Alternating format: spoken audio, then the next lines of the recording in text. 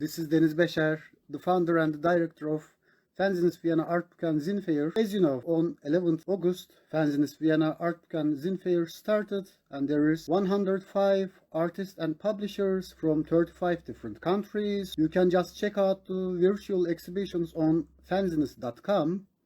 And today we are gonna have a guest from United States. His name is Yago Cura from Hinchas Press. I'm really happy to talk with him because there will be some interesting topics that we'll be talking with him. I would like to give some introduction about him. Adult Services Librarian Yago Cura, as he discusses the advantages and challenges United States public library systems face when they accession zines into existing collections. And Yago will also discuss which public library systems in the United States have zine collections, for example, and how to actually get a United States public library systems to collect your zines. Yeah, he will be given several tips about that kind of topic, so it's quite interesting. Also, Hinchas Press is a Los Angeles-based micro press that publishes zines, poetry, and poetry in translation, and library science, nonfiction. Also, Hinchas supports social justice, advocates for bilingual literacy endeavors, especially along portions of the Americas that are monolingual. Right now, I would like to invite Yago Cura to our live broadcast. Hello, hello, hello, hello. Hello. Yeah, you could do that. So, Hi. how are you? Nice to see you. I am so happy to see you. Yeah. I'm so sorry. I appreciate your patience, man. I had a feeling that I wasn't gonna be able to do it on my computer, so I'm talking to you off of my phone. Yeah, I got it. But you did it. I mean, you are here with me. We are just doing that live broadcast together, and I'm just looking forward to hear about your tips. Perfect. And your story. Well, thank you for the introduction. Thank you for inviting us. My name is Yago Cura, and I run Hinchas Press. Hinchas are like the soccer hooligans. My parents are from Argentina, so soccer is a part of my literary and cultural life. And so my press is called Hinchas Press because, you know, I love poetry and literature with the same fervor that Hinchas love football, right? So that's where the name comes from. As Dennis has already shared, I work as a librarian in Los Angeles. And there's nothing really special about that, except that I've been making zines for like 30 years, ever since I was an undergrad, you know, since the mid 90s, right? And I mostly fit, and that has been very instructive for my practice, and it has been very instructive. It's been a very good teacher, my failures, right? So at 46, I'm trying to kind of, you know, have a couple of more. So let's really talk about a couple of things. You know, it like 10 years ago, 15 years ago, if you said that these or graphic novels should be a part of the curriculum, and at least in the US, it wouldn't have been a good idea, because there's something holy about the book, right? And about reading the book and going through that. But zines and graphic novels have really shown that they have like what we call staying power, right? And actually the research shows that in terms of level, in terms of the difficulty of the actual language, graphic novels comic books, and let's just throw zines in there, are also very high. I think comic books, graphic novels register the highest, have the highest lexile level when compared to like novels and stuff like that. So there is, I think, an instinct in us to want to make things and books and have stuff that's portable we can put in our pocket. And there's science behind it. Today's talk is going to be for people outside the US or maybe in the US who would like to place, like find accommodating zine library that will intake, process your zine and create a record for it so that people can find and request it and do whatever they want with it, be inspired by it. So, you know, let me just first talk a little bit about why we have this collections in our North American libraries, right? So I don't know if you know a little bit about, you know, our history, but we don't shut up ever. We think everyone wants to hear what we have to say. And that's not just something that just happened. That's been a part of our DNA for a while. For example, Common Sense, which was this revolutionary work that told people that pay their taxes, was a pamphlet, was basically a zine, for lack of a better word, right? And then, you know, from that, it's easy to see when science fiction and, you know, those kinds of genres started in the 30s and 40s. We're not, we wanted the stories never to end, so we created our own narrative to these stories. And that's where like fanzines come from, right? But I guess what I'm trying to say is that I feel it's not that it's a part of our, but there's a good argument historically for why American public libraries carry zines. Okay, so some of it is history, the history of our country, and then, you know, some of it is the traction that has been able to be built by specific people. For example, in the US, Jenna Friedman is a giant. And what Jenna Friedman has done for zines in the US is astronomical, right? And so she's used her position at Bar to really create a place that people can send their zines to, and they will highlight them and they will talk about them, right? So there's a lot there, right? But before Jenna too, there was a dude, you know, Chip Rowe and Mike Lloyd, Black Sheep 5. So there's like a whole history there as well, right?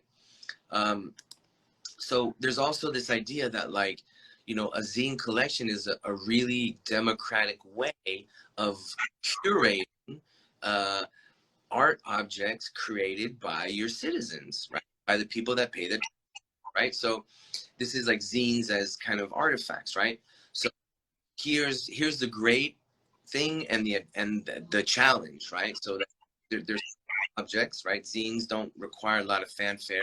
But they're also ephemeral, right? So, you know, they're not meant to last forever, right? They're intergenerational, meaning you can get many different types of people to make them. You can get kids and senior citizens to make zines if you are so inclined. They're easily reproduced. They're supposed to be put into a printer and then disseminated to the four winds, right? Yeah, this is one of the great advantages about the zines. That's right. So, but the thing, Dennis, also is that there's what I call undercover literacy. And that's why libraries have an imperative to want to collect these things, because it's doing literacy without you actually knowing that you're doing literacy, right? And thank you, Dennis, for getting me back on. Let me talk a little bit about some of the libraries that actually do this. Let's get into the... Take your time, please. And I just, before we get into that, I just want to talk about some of the challenges, okay? So number one, Yeah, right. the zines in and of themselves are hard to categorize and define. For example, what is the title of this zine, right? It's kind of hard to say because usually titles are on the spine, right? They blend. Yeah, right. Imagine trying to get a call number, Dewey Decimal System for a zine. I mean, what subject is the most prevalent, right? What I'm saying basically is that you have to have a person who, not an AI, to sit there and interact with this object, to catalog it, because that's what we're talking Yeah. about. We're not talking about making these things. We're talking about you getting them into the catalog so that people can find it Right? and can basically read it, right? So the challenges are those, right? Also handwriting, you know, like what if the person has chicken scratch? You know, all those things take more time to have them categorized and cataloged. And these are the challenges that you should be aware of, right? Because if you're serious, these are the things that you're going to butt head against, right? Now, here's another thing, guys. In terms of the way American libraries work, what department is going to pay to catalog these? Is it going to be the adult library services? Is it going to be the young adult library services? Or is it going to be the children's department? The reason I'm Yeah. in the US, most library systems categorize their librarians by these three titles, right? My point is depending on how you program and promote your zine collection, it depends on who is actually paying the bill. And that's what I'm talking about. This will take a cataloger time to get right, right? So you need to have money to pay someone or have a very dedicated volunteer who's going to do most of the hard work, okay? And it's funny, I'm sorry, I'm working off of a PowerPoint, so if you see me looking off screen, that's why. Right now I'm looking That's fine. It's fine. I'm looking at a slide, and it's the Star Trek ship in front of the Borg, and the title is Yeah, I get it. Which U.S. library system? Like, so now I'm going to give you, now we get to the good part, right? This is where I give you an idea of how you can do that. Here's my suggestion, folks. The United States is a large territory, right?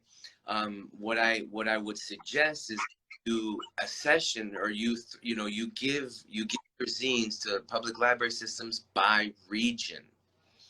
That'll make it a little more conquerable for you. And trust me, like any zine collection at a public library wants your zines, right? They want to showcase how far away they get zines from. So if you're in Glasgow right now, if you're in Vienna right now, they particularly want your zines because they fall outside of what is typical. And that is always a good look when you're creating a collection, right? Because you want your collection singular and unique, right?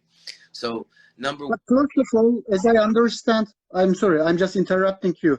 First of all, as I understand, we just need to have some targets about some certain libraries and some certain regions, and then also certain categories, adult categories or some kids categories, and also depends on our publications language. Maybe there is going to be some different kind of dynamics too. For example, maybe there will be some language barriers. Mostly, maybe they will be accepting some English-based zines or some publications. So that's why we need to take care of that kind of small details, I guess, right? For sure, for sure. For example, let me talk about what I do most in working and processing zines for the Los Angeles Public Library. Like, we have zines in Mandarin. We have zines definitely in Spanish that are bilingual. We have zines in really in lots of languages. I think even Farsi, right? So you're right. You have to really kind of do homework. I guess the most important thing after I think about it, because I just kind of did put this, presentation together, and if I were to think about it, the most solid bit of advice I could give is that you do it by region.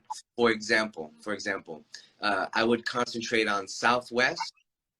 What that means, like the Southwest has, for example, LA, San Diego, Phoenix, Albuquerque, really up until about Texas, maybe even Austin if you want to go that far, right? And I guess what I'm saying is all those libraries kind of work in a similar way, and they have similarities. Like, for example, the Denver Public Library, the zine collection there is going to be kind of similar to, you know, one that you might find at LAPL. And some of the same zinesters are going to send their zines to both of those collections, right? So, you know, the Southwest is one. You know, you could even kind of include Seattle because, you know, it goes all the way up there, but that's Pacific Northwest, you know. So, and I guess what I'm Yeah, I agree. Vancouver in Canada has a thriving arts and zine scene. Seattle has a thriving, you know, zine scene and publishing scene. Yeah, Vancouver is really great. I have been in there for Vancouver Art Book Fair, and they had a huge art book and zine scene. It was amazing. And also they have lots of zine stores, a zine library. So it was interesting city. Yeah, it's very interesting. I actually think, you know, we have a very incestuous relationship with Canada. Like our best comics come from Canada, almost our best writers too, you know, comedy writers, and a lot of our most of our movie stars are from Canada, are from Vancouver or Toronto, or so it's weird. Like, and then yet we have this weird idea about Canadians. I love Canadians. Like my wife's a Canadian fan, so she loves Canada, and we've been to Vancouver, and it's a gorgeous city, Dennis. It's a gorgeous city, man. But yeah. I mean, these are all things, you know, to kind of think about. So let me say this. Let me say this out first. Let's talk about these zine libraries. The number one Yeah, sure. zine library in the U.S. that you should send your zines to is Barnard Library, and the reason is what Jenna Friedman, you know, in New York City has been able to do with zines is really impressive, and kudos to her. And really, from the late '90s, maybe the early 2000s to, you know, I mean, she was it. It was her, and she was really in charge of all that, doing all that and building that collection. So the number one place, and I can't gush enough about how great she is, you know, and the, you know, the cool Yeah. very very specific collection policy, and that's one thing I would recommend too, is, you know, I guess what I'm saying is their focus is on LGBTQIA plus like zines, and, you know, Yeah. kind of, you know, they're very careful about what they want to promote, but they're also very open. And I guess what I'm saying is that, you know, they are a research center as well as a promotion dynamo. So you kind of really, you get two in there. I sent her 3 zines that I did like last year during the pandemic, and she had them featured on her Insta, right? So you never know how generous Jenna, because she has lots of people that she works with, you know, so very generous, Yeah. very. So Barnard Zine Library, number one, okay? And you can check out their website. I'm gonna take a note. Barnard Zine Library. First important note. Barnard Zine Library. Yeah, please keep going on. And then, you know, the second one I'm going to say is LAPL, right? And the reason I know about that one is because I worked for that one. There's 7 branches out of 72, right? Collect zines. And we have money to pay catalogers to create records for the zine that you send us, okay? So it's lapl.org/zines, and you have all the info that you have there to do this, okay? But that's you know, you can always email me and I'll tell you about that stuff, but let's move on. Yeah, sure. I wanted to talk about San Francisco. They have a collection called Little Maga Zine Collection, okay? And they have about 4,000 items, and it started in the 40s. So that's, again, that one blends like just random kind of zines with like some of the history and some of like there's some very valuable pamphlets and zines collection, I can imagine, right? So I have the address that you can check on, but definitely have a browsable title list.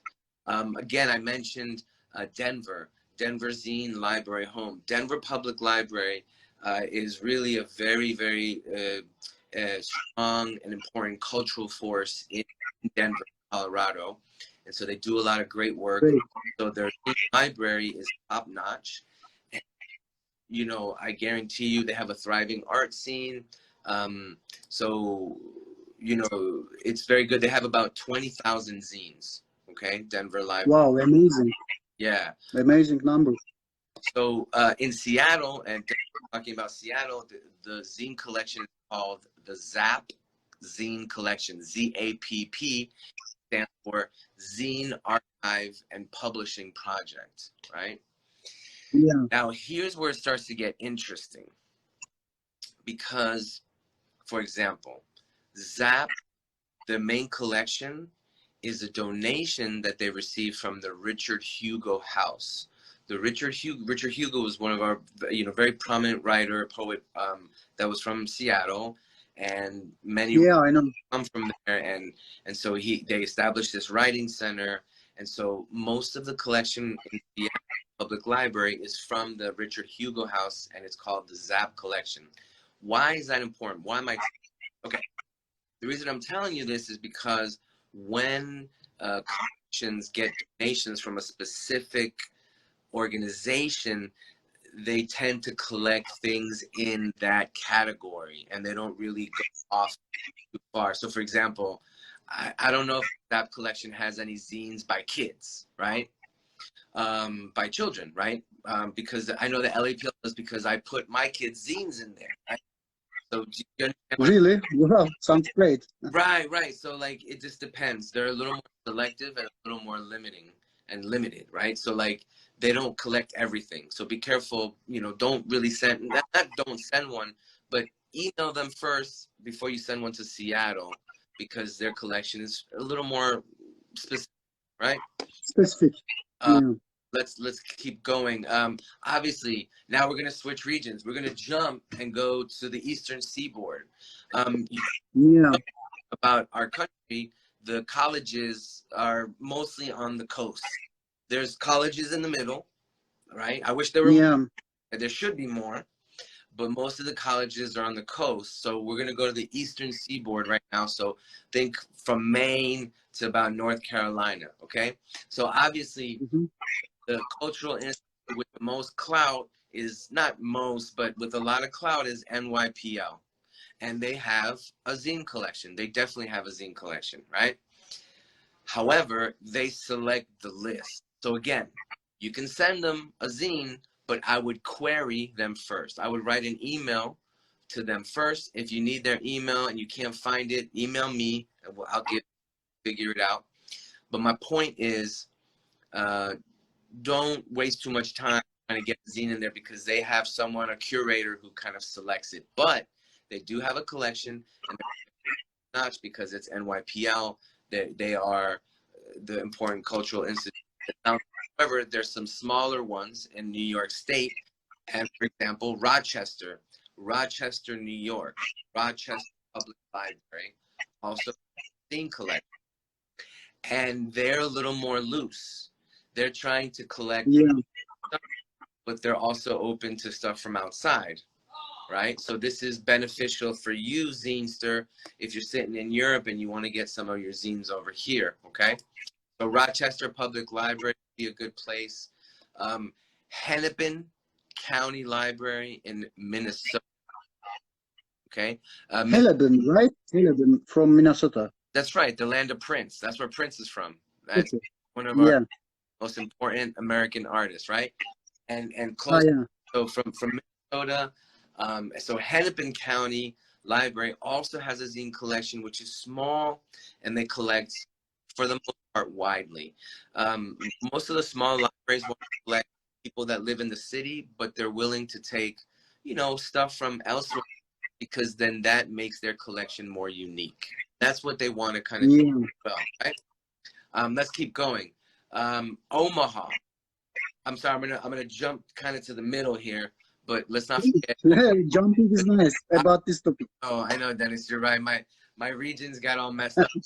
But Omaha is a important public library system in the Midwest, as is Salt Lake City. In fact, at one point, I don't know if this is still true, Salt Lake City Public Library in Utah had the most zines. I think they had like 30,000 zines or something. Really? Wow, amazing. Yeah, so they're one I of need. that have the most. I must definitely visit there. Yeah, the thing is that their library doesn't have a specific landing page.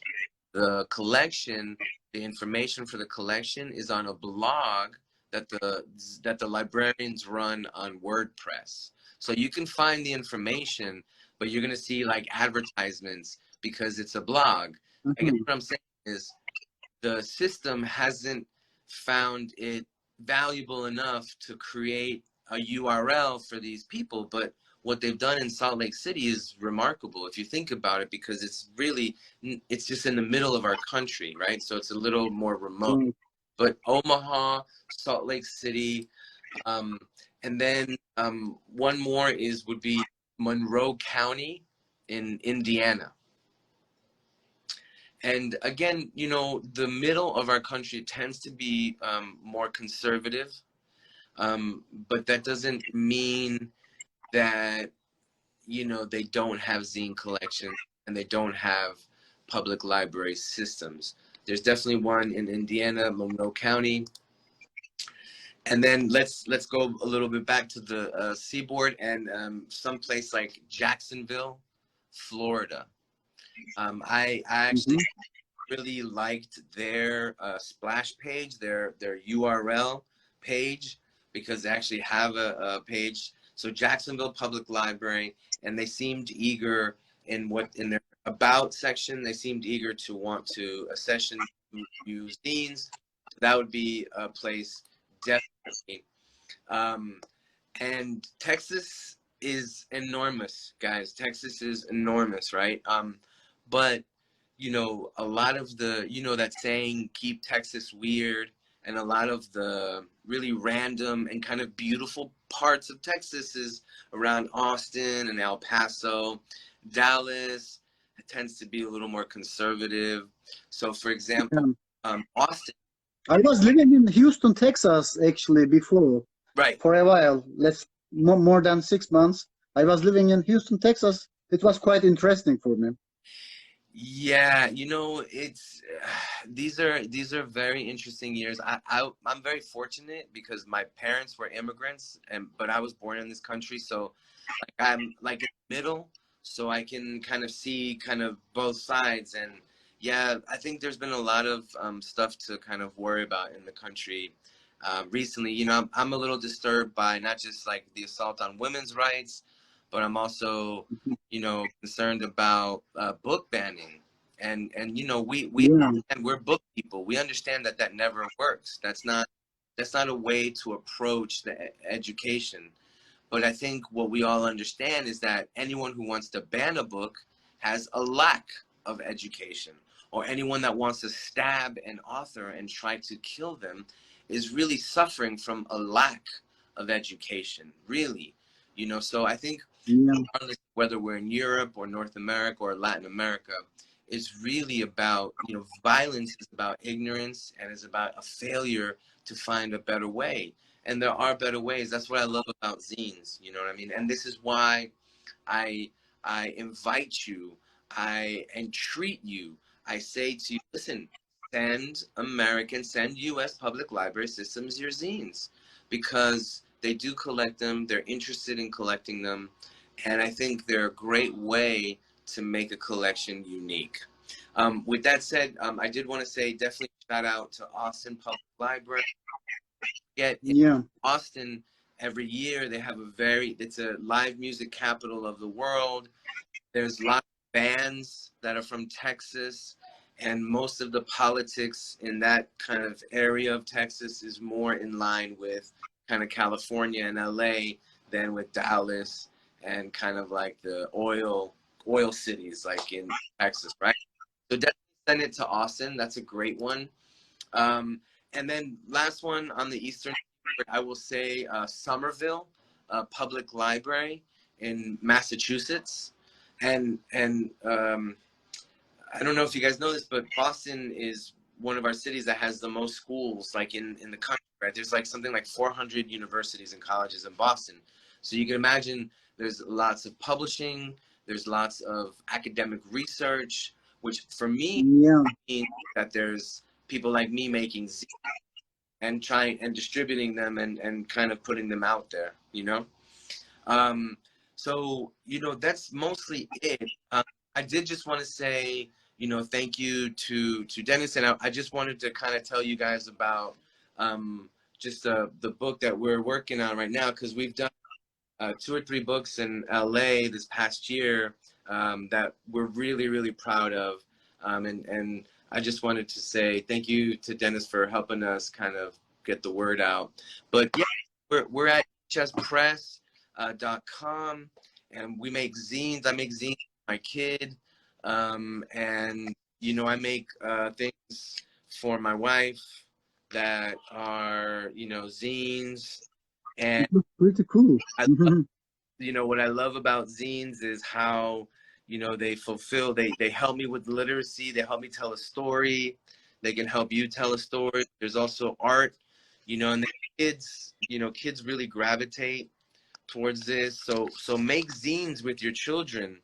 If, you know, and they'll have a greater appreciation for books and for, you know, how it is to tell a story, because we think it's real simple to tell a story until we have to tell one.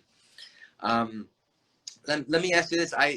Do you have any questions, Dennis? Do you think, is there something? Yeah. I have many questions actually. I'm just keeping that questions on my mind and inside of my notes. So actually, I would like to ask about, are there any websites that provide a list of information about the libraries that have a Zine section? How can we access this kind of information? Yeah, thank you very much. You were just sharing more than 15 different public libraries name from different regions of states. It was amazing. I was taking note about them, but maybe people are just wondering about a certain website which is given some listing, you know.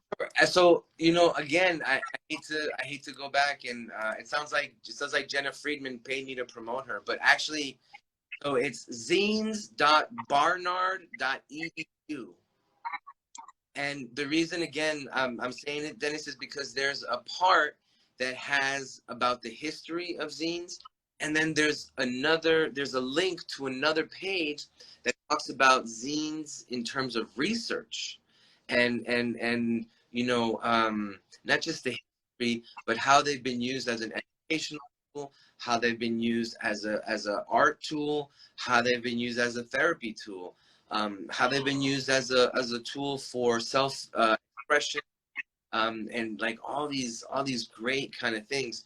Honestly, I think, I mean, just how super smart she is, and just she's very methodical and very in tune with zines, you know, for fun, because we love making them, but also there's something there about why they're so attractive and magnetic to people. And I think Jenna Friedman does a great job of, you know, elucidating the research, talking about all those things that really kind of get my blood flowing. So the Barnard like zine page, please, because there's a historical component, there's a research component. It's super fun. You know, the other stuff is, you know, there's like wikis on zines, you know, that people have made, but you know, with everything else on the internet. Zinewiki.com. Exactly. And you know, I know that website. Yeah, for the most part, you know, as a librarian, I think people expect me to be like, Wikipedia bad, and I don't think that at all. I think Wikipedia is a wonderful resource, and it's really amazing. But having used it and tried to get an entry, like I tried to get Hinchas Press, and it's like, oh no, you're not notable enough. And so that was Yeah, you are right. too, to kind of understand how it works. And so, you know, everything has a process and everything has a way. And, you know, I'm so happy to be able to kind of, like I said, after failing for so many years, I'm really happy to be able to kind of see how it does work, and maybe my place in it, you know. And you know, Yeah. it's very, very personal. But yeah, did I kind of answer the question, Dennis, or Yeah, sure, definitely, definitely. Also, for the future, I'm just thinking to list all of libraries and Zine festivals on fanzineist.com, because we need to have more websites which gives more information. Also, there is a stencil Zine or something else. I just forgot to that website, but they are just listing all of that art book and Zine fairs from all around the world. But yeah, we need more websites which shares more informations about libraries, events, festivals, fairs from all around the world. So that's why, yeah, it's quite important to share this kind of info. yeah. And I would say also, Dennis, that like about the library systems that I shared with you guys, most of those library systems have a zine fair to attract zinesters and publishers to come to it. So, for example, LAPL definitely has a relationship with the LA Zine, right? And the Long Beach Public Library definitely has a relationship with the Long Beach Zine Fair. And I can guarantee you that San Francisco Public Library is invested in the San Francisco Zine Fair. I don't know what it's called, but I'm just assuming the Zine Fair, right? So, you know, really Yeah. have that, you're right, and be strategic is to, you know, maybe concentrate on library systems that have, you know, if you concentrate on the library systems, chances are you can also apply Zine Fest either as a remote, you know, a remote contributor or something like that, and still be a part of it. You know, I know for a fact Tucson, Arizona has a Zine Fest because I've been a part of it. I know for a fact Phoenix has one. San Francisco Zine Festival, San Diego Zine Festival, New York Zine Festival, Chicago Zine Fest. There is many, more than 60 different festivals in United States.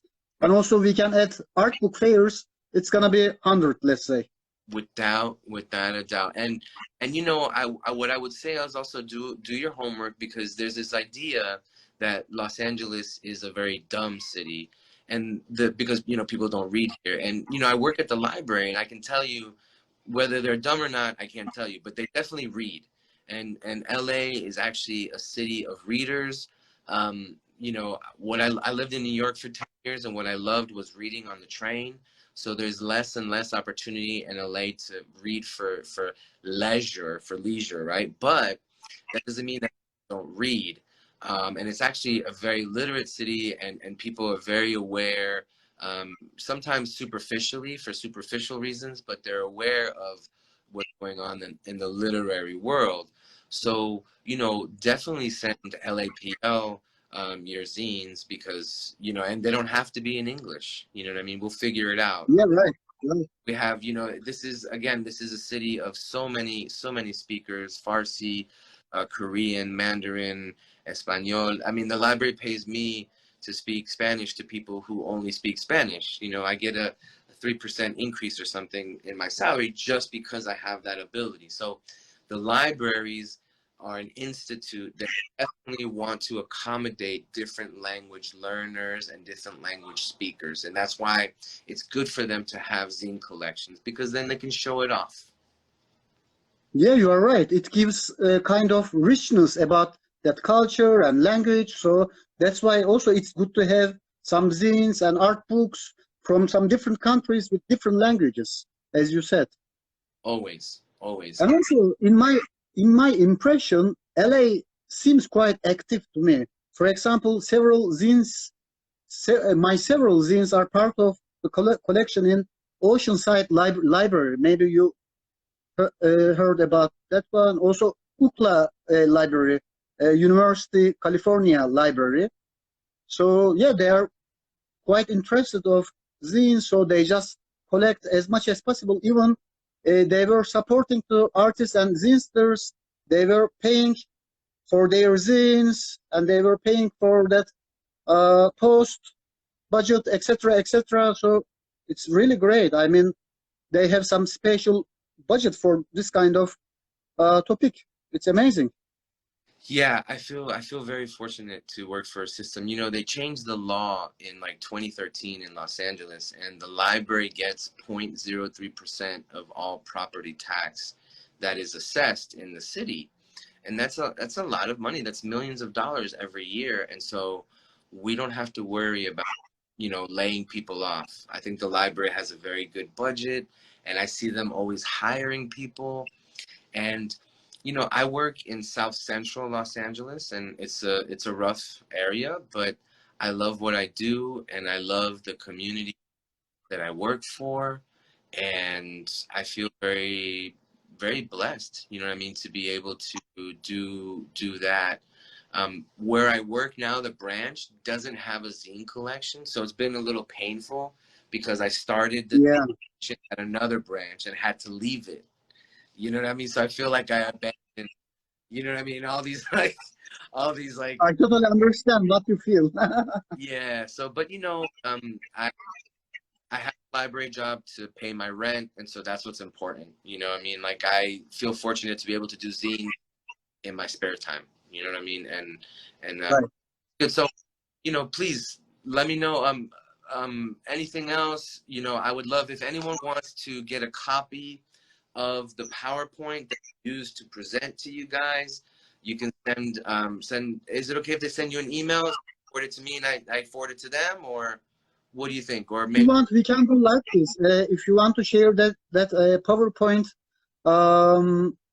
presentation, we can add a link into fanzineist.com into program, and people can just see from there. I'll send you the. And because you were just sharing amazing informations, they are so important for the zinesters and the artists who make art books. So that's why, yeah, we need to share this kind of informations. For sure, for sure. And again, I just wanted to say thank you to Dennis, thank you to Fanzineist Vienna, and I know you guys are killing it out there. I've been following very closely. My kids are starting school this week, so I've just been here. Yeah. A week off. So this is like what I love to do. This is what I do with my time off. You know what I mean? And talk to beautiful. Yeah, I understand. So yeah, thank you very much. It was really nice to hear from you about the informations, and it was amazing. Yeah, it was quite important for us. For sure. Anything else, let me know. I'm more than available to talk, or if you want to buy a book, let me know too. I'll show you how to do that. But thank you to you guys so much. You guys are awesome. Keep killing it. You guys are doing. Yeah, thank you very much. Yeah, it's good to hear from you. Anyway, I hope we will be meeting in person in a festival, art book fair, or zine festival in somewhere else soon in the future. I would love to get out to Vienna. Are you kidding me, man?